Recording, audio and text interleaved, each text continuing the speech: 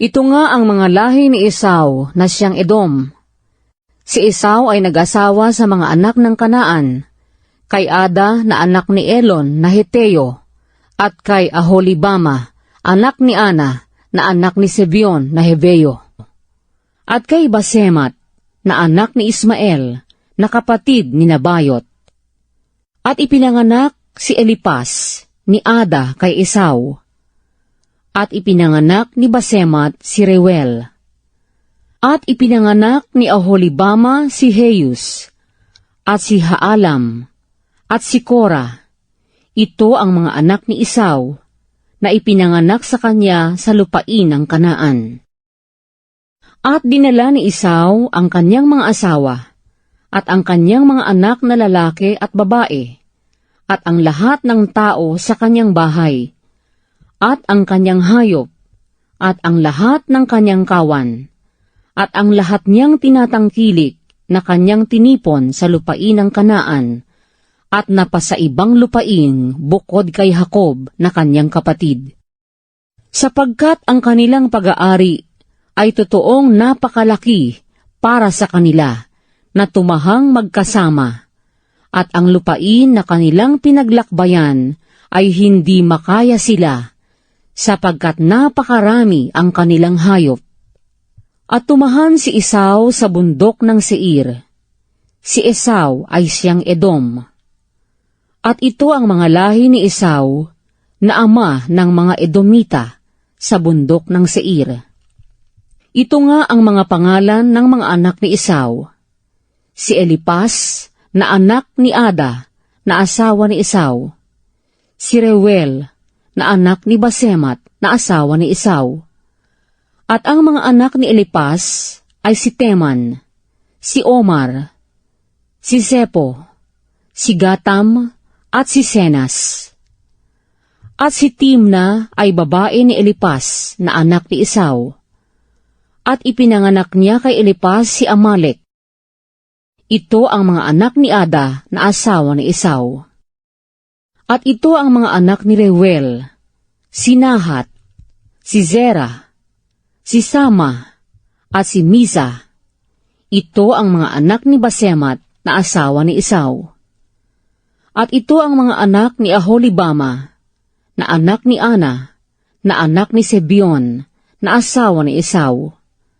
At ipinanganak niya kay Esau si Heus, at si Haalam, at si Kora. Ito ang mga pangulo sa mga anak ni Esau.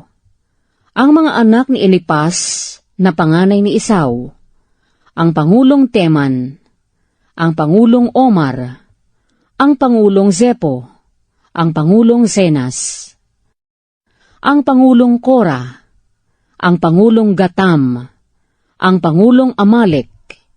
Ito ang mga pangulong nagmula kay Elipas sa lupain ng Edom. Ito ang mga anak ni Ada. At ito ang mga anak ni Reuel na anak ni Esau, ang pangulong Nahat, ang pangulong Zerah, ang pangulong Sama, ang pangulong Miza. Ito ang mga pangulong nagmula kay Reuel sa lupain ng Edom. Ito ang mga anak ni Basemat na asawa ni Esau. At ito ang mga anak ni Aholibama na asawa ni Esau, ang pangulong Heus, ang pangulong Haalam, ang pangulong Kora. Ito ang mga pangulong nagmula kay Aholibama na anak ni Ana na asawa ni Esau. Ito ang mga anak ni Esau, at ito ang kanilang mga pangulo na siyang Edom. Ito ang mga anak ni Seir na Horeo na nagsisitahan sa lupain.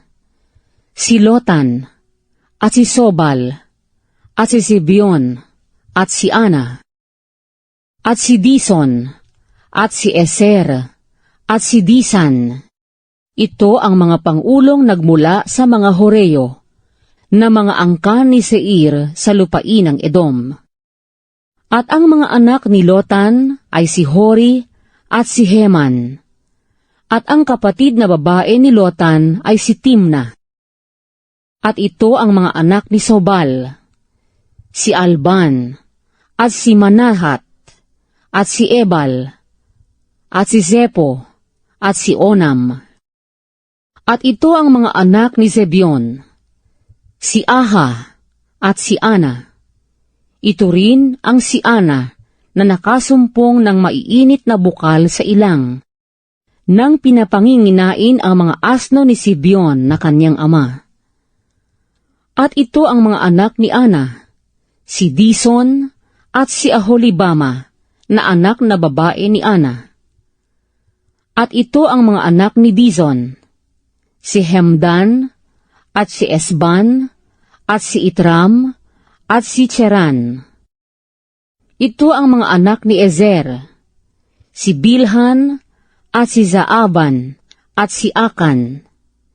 Ito ang mga anak ni Disan, si Hus at si Aran. Ito ang mga pangulong nagmula sa mga Horeo, ang pangulong Lotan, ang pangulong Sobal, ang pangulong Zebion, ang pangulong Ana, ang pangulong Dison, ang pangulong Ezer, ang pangulong Disan. Ito ang mga pangulong nagmula sa mga Horeo, ayon sa kanilang mga pangulo sa lupain ng Seir. At ito ang mga hari na nagsipaghari sa lupain ng Edom, bago maghari ang sinumang hari sa angkan ni Israel. At si Bela na anak ni Beor ay naghari sa Edom, at ang pangalan ng kanyang bayan ay Dinaba. At namatay si Bela, at naghari na kahalili niya si Hobab na anak ni Zera na taga Bosra. At namatay si Hobab, at naghari na kahalili niya si Husam na tagalupain ng mga Temaneo. At namatay si Husam, at naghari na kahalili niya si Adad na anak ni Badad, na siya ring sumakit kay Midian sa parang ni Moab. At ang pangalan ng kanyang bayan ay Avita.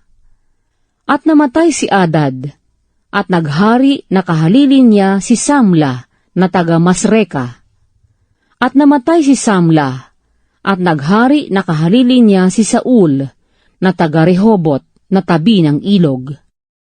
At namatay si Saul, at naghari na kahalili niya si Baalanan na anak ni Akbor.